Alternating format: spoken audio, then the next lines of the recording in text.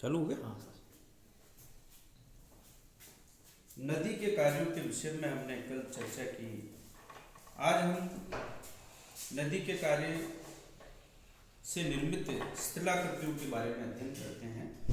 नदी 3 रूपों में कार्य करती है: अपरदन का कार्य, परिवहन का कार्य और निक्षेपण का कार्य।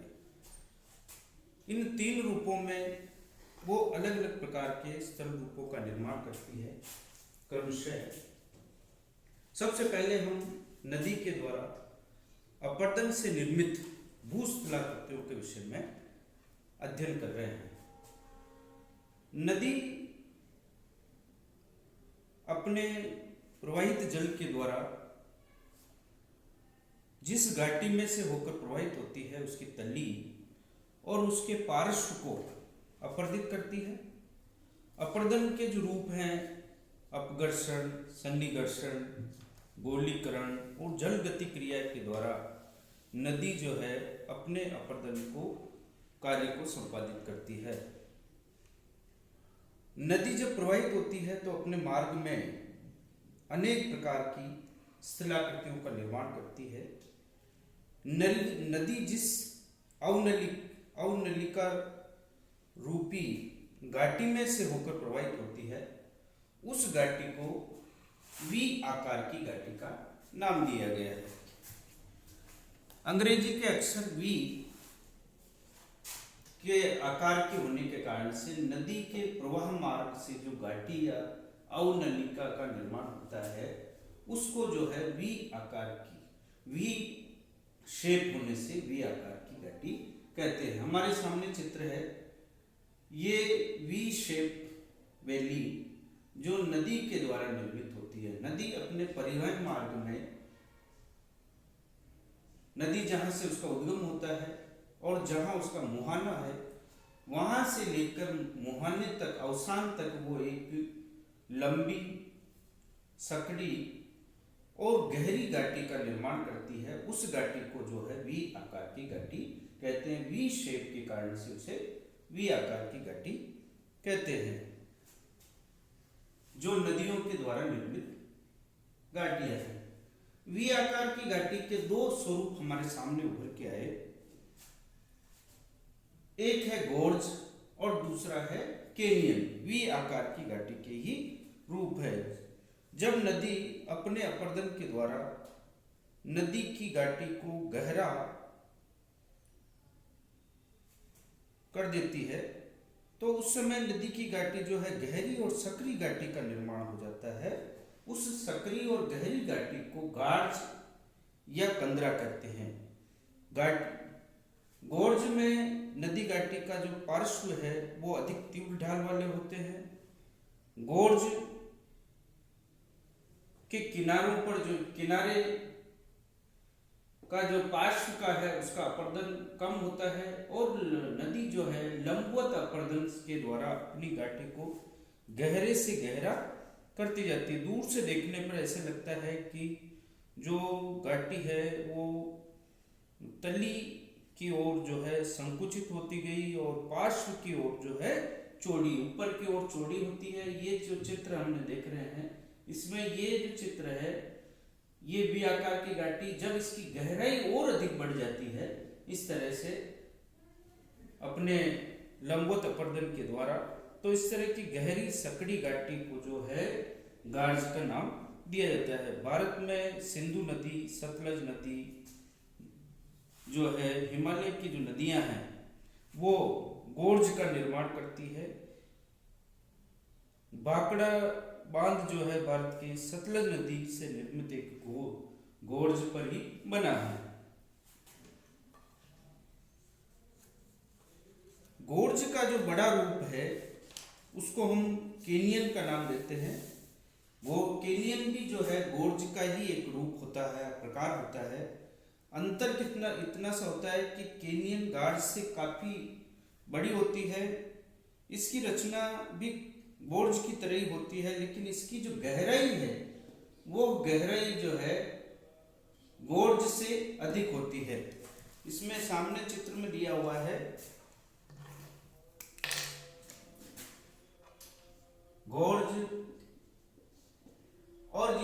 गहराई जो है गोर्ज से भी अधिक हो, ऐसी घाटी जो सकड़ी और अधिक गहरी हो, अत्यंत गहरी हो, जिसके जो पार्श्व है उसका ढाल लगभग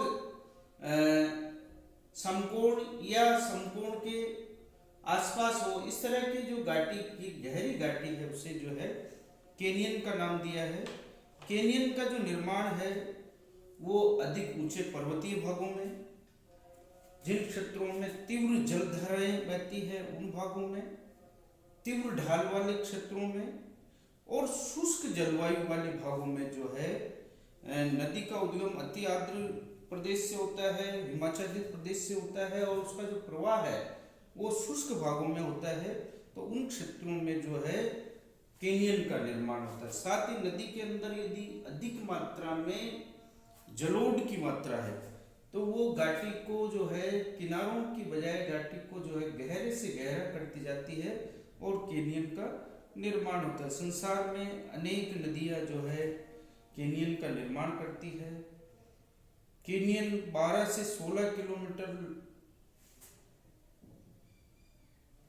लंबाई में और गहराई में जो है 1828 मीटर तक का जो है यूएसए का ग्रांड कैनियन, संसार का सबसे बड़ा कैनियन जो है कोलोराडो नदी पर बना कोलोराडो कैनियन जो है, ग्रांड कैनियन उसे कहते हैं, वो सबसे गहरा कैनियन है। गंडक, कोसी, सतलज नदियां भी जो है इसी तरह की 6000 से 12000 फुट गहरी घाटियों का निर्माण करती है जो गॉर्ज और कैनियन के समकक्ष है। तो इस तरह से हम देखते हैं कि नदी के द्वारा घाटी का जो निर्माण होता है उसे वी शेप वैली कहा जाता है। वी शेप वैली का जो बड़ा रूप है जिसमें गहरी और सकरी घाटी होती है वो गॉर्ज है, और गॉर्ज का जो बड़ा रूप है उसमें गहराई, नदी का सकड़ापन अधिक बढ़ता जाता है, वो जो है कैनियन। ऊपर से देखने पर ऐसा लगता है कि नदी जो है एक छोटी सी धारा के रूप में प्रवाहित हो रही है। बहुत अधिक 1 से 1.5 किलोमीटर गहर नीचे की ओर नदी बहती है। ये इसके पार्श्व हैं जो खड़े ढाल के रूप में विद्यमान है।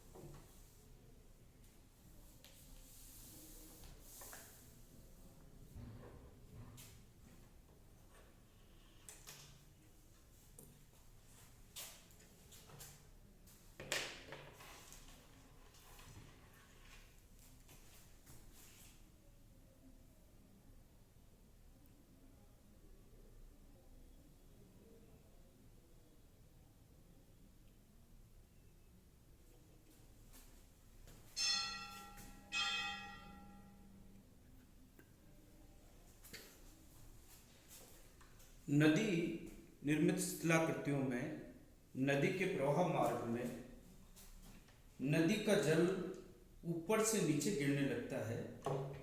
इस तरह की जो शिलाकृति का निर्माण होता है उसे जल प्रपात का नाम दिया गया है।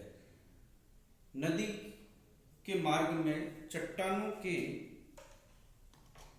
संरचना में अंतर होने के कारण से इस तरह की शिलाकृति का निर्माण हो जाता है कि नदी का जल जो है ऊंचाई से जो नीचे की ओर गिरने लगता है और जलप्रपात के निर्माण में जो है कई स्थितियों में जलप्रपात बनता है।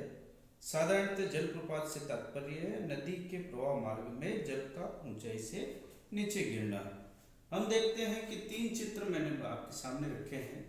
जब प्रवाह मार्ग में क्षैतिज रूप से मुलायम कठोर चट्टानों की स्थिति है, तो कठोर चट्टाने के सामने जो मुलायम चट्टान की परत थी, धीरे धीरे नदी जो है प्रवाह मार्ग में अपर्दन करती है और मुलायम चट्टान को काटती है। धीरे मुलायम चट्टान कम मात्रा में कटती है, कठोर चट्टान कम मात्रा में गिरती है और मुलायम चट्टान अधिक मात्रा में गिरती है। इसके कारण से जो है झरने का निर्माण हो जाता है। सामने की चट्टानें कटकर जल प्रवाह के साथ बह गई और ये जो कठोर चट्टान है इसने नीचे की मुलायम चट्टान को संरक्षण प्रदान कर रखा है। इसके कारण से नदी के प्रवाह मार्ग में एक लंबवत ढाल का निर्माण हो गया, तीव्र ढाल का निर्माण हो गया है और इसके कारण से नदी का जल नीचे की ओर गिर रहा है, जिसे हम जलप्रपात कह रहे हैं। इसमें जो है लंबवत चट्टानों की स्थिति है मुलायम और कठोर, कठोर मुलायम, कठोर मुलायम। ऐसी स्थिति में जो है कठोर चट्टान मुलायम चट्टान को संरक्षण प्रदान करती है और उसका कटाव नहीं हो पाता है।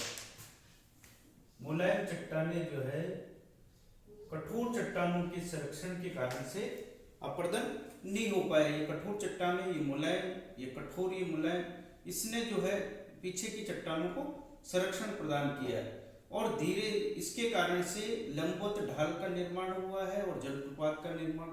इस स्थिति में जो है कठोर और मुलायम चट्टान जो है तिर्यक स्थिति में है और ये जो कठोर चट्टान है इस नीचे की चट्टानों को संरक्षण प्रदान कर रही है, उनका अपर्दन नहीं हो पाता है। इसके कारण से जलप्रपात का निर्माण हुआ। इस तरह से हम देखते हैं कि चट्टानों की लंबवत, क्षैतिज और तिर्यक, कठोर और मुलायम चट्टानों के क्रम से स्थित होने के कारण से जलप्रपातों का निर्माण होता है। जब जलप्रपात पीछे की ओर हटने लगते हैं और इनका अपर्दन हो जाता है और ऐसी स्थिति में एक तीव्र ढाल वाले सरफेस का निर्माण होता है। नदी जो है तीव्र ढाल से प्रवाहित होती है। अपर्दन के कारण से जब नदी जो है अपनी घाटी को जो है इस तरह से तीव्र ढालनुमा जब बना लेती है तो इस तीव्र ढालनुमा शिलाकृति को हम शिप्रिका कहते हैं। शिप्रिका का निर्माण झरने के अपर्दन के द्वारा भी हो सकता है और शिप्रिका जो है अपने अपर्दन के रूप में जलप्रपात में भी परिवर्तित हो सकती है। कठोर चट्टानें और मुलायम चट्टानों की अवस्थिति में जो है जब शिप्रिका का निर्माण प्रारंभिक अवस्था में वो भी हो सकता है और जलप्रपात के अपर्दन के बाद में अंतिम अवस्था में भी शिप्रिका का निर्माण हो सकता है।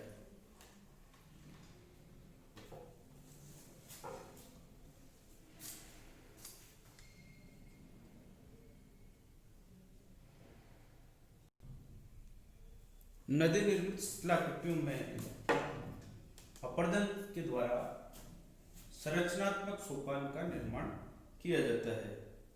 नदी के मार्ग में क्रम से कठोर और मुलायम चट्टानें जब क्षैतिज रूप से अवस्थित होती है तो इनका संरचनात्मक सोपानों का निर्माण होता है। नदी मार्ग में कोमल और कठोर चट्टानें जब एकांतर रूप से स्थित है, बिछी हुई है, मुलायम चट्टानों का अपर्दन तीव्र गति से हो जाता है और क्षैतिज जो कठोर चट्टानें हैं उनका अपर्दन धीमी गति से होता है। इसके कारण से इस तरह के संरचनात्मक जैसे सीढ़ियां हो, उस तरह की नदी के किनारे के जो पार्श्व है वो सीढ़ी नुमा बन जाते हैं। ये नदी की घाटी है, तली है, ये इसके पार्श्व है। दोनों ही पार्श्व जो है अपरदन के द्वारा कठोर और मुलायम चट्टानों के क्षैतिज रूप से अवस्थित होने और इनमें अपरदन के रूप में अलग अलग तरह से होने के कारण से इन सोपानाकार सीढ़ियों का निर्माण होता है, जिन्हें हम जो है संरचनात्मक सोपान कहते हैं। नदी के पार्श्व पर नदी वेदिकाओं का निर्माण हो जाता है। नदी वेदिकाएं नदी के किनारे पर जो है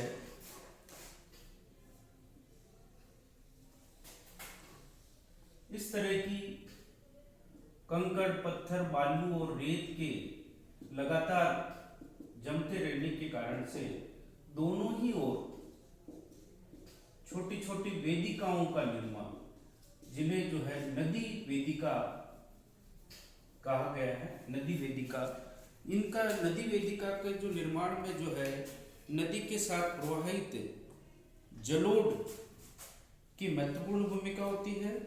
जलोढ़ नदी के पार्श्वों पर बाढ़ के मैदान के समय नदी के दोनों ओर जमता है। साथ ही जब उसमें जलोढ़ अधिक हो जाते हैं तो नदी जो है अपने जलोढ़ को किनारों पर छोड़ते हुए आगे की ओर बढ़ती है। उसके कारण से तीव्र ढाल वाले तेज ढाल वाली ऊंची और चौड़ी स्थल पट्टियां जो है नदी के किनारे पर निर्मित हो जाती, जिन्हें नदी वेदिकाएं या कछारी सीढ़ियां कहते हैं।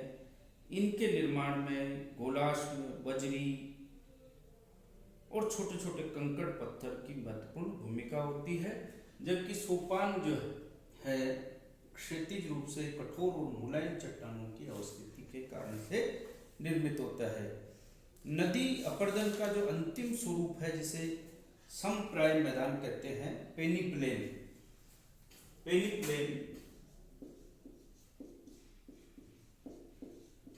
अपरदन का जो है नदी अपरदन का समप्राय मैदान, कोई ऊंचा उठा हुआ पठारी या पर्वतीय क्षेत्र जब नदी के द्वारा अपरदित किया जाता है तो अंत में वो एक समप्राय मैदान के रूप में परिवर्तित हो जाता है। ये नदी के अपरदन की अंतिम अवस्था होती है, जो आधार तल को प्राप्त कर लेती है। इस समप्राय मैदान में कुछ कठोर चट्टानें यत्र तत्र गोलाश्म टीलों के रूप में अवशेष रह जाती है, जिन्हें मोनेडनोव का नाम दिया जाता है।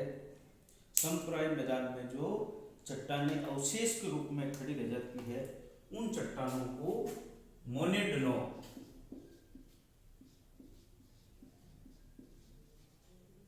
टीलेनुमा चट्टानें जो है अवशेष के रूप में यहाँ शेष रह जाती है समप्राय मैदान में। इस तरह से हम देखते हैं नदी के अपरदन के द्वारा वी आकार की घाटी, ग्राउंड कैनियन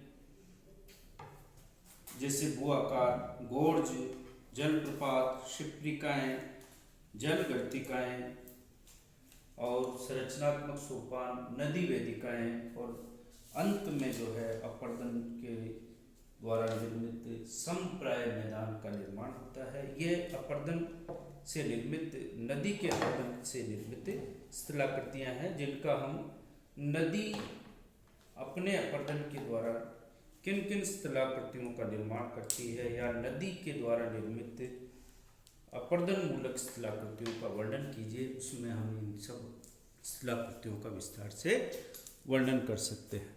धन्यवाद।